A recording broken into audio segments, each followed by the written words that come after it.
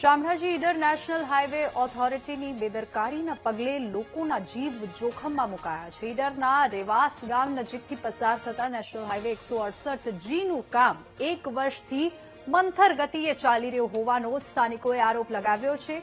Shamlaji Idar national હાઈવેના નવીનીકરણની 1 વર્ષથી કામગીરી શરૂ કરવામાં આવી છે। પરિણામે મોટાભાગના ગ્રામ્ય વિસ્તારો વચ્ચેથી પસાર થતો નેશનલ હાઈવે હાલ તો સ્થાનિકો માટે અકસ્માતનો માર્ગ બન્યો છે।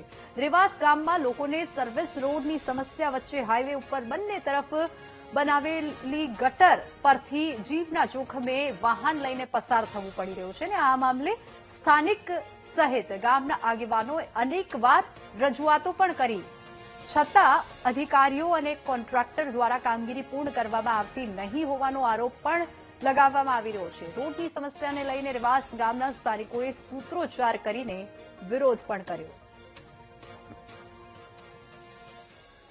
નેશનલ હાઈવે બન્યો તે દિવસથી જ છોકરાને લેવા મૂકવા જવામાં પશુપાલનમાં ધંધો કરીએ છીએ તો દૂધ આપવા જવું, ડેરીમાં જવું, કોઈ બી વસ્તુ લેવા જવી, મૂકવા જવી, રસ્તાનો અકસ્માત આ નેશનલ હાઈવેનું નિરાકરણ ના થાય ત્યાં સુધી અમારે બહુ જોખમ છે જીવનું। સરકાર જોડે એટલી માગણી કે અમને જલ્દીથી જલ્દી આ રસ્તાનો નિકાલ કરી આપે, જલ્દીથી જલ્દી રસ્તો બની જાય।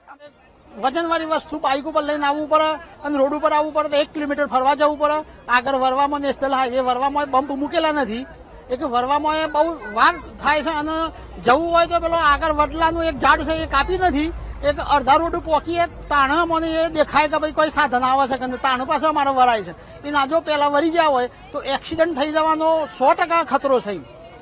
એક આ સત્વરે એનો નિકાલ થાય એવું અને રોડ કોન્ટ્રાક્ટરની અમે ઘણી વખત રજૂઆત કરી પણ કશું થઈ જાય કરે છે, બીજું કશું મારું કહેલું કશી વાત સાંભળતા નથી। એક આનો સત્વરે જલ્દી ઉકેલ આવે એવું નિરાકરણ થાય। અવારનવાર અમારા ગટરના રોડ ઉપર થઈને જવાનું કામ થઈ રહ્યું છે, આના કારણે અમારું જોખમ બિલકુલ વધી રહ્યું છે। આકસ્મિક કારણસર અમારી ગાડી જો સરકી જાય અને રોડ નેશનલ હાઈવે ઉપર જો જતી રહે તો ચોક્કસથી આકસ્મિક નુકસાન થવાના ચાન્સ 100% રહેલા છે। અમે આ રજૂઆત ઈડર લેવલે, હિંમતનગર લેવલે, ગાંધીનગર લેવલે પૂરજોશમાં કરી તેમ છતાં પણ આ લોકો સાંભળવા તૈયાર નથી।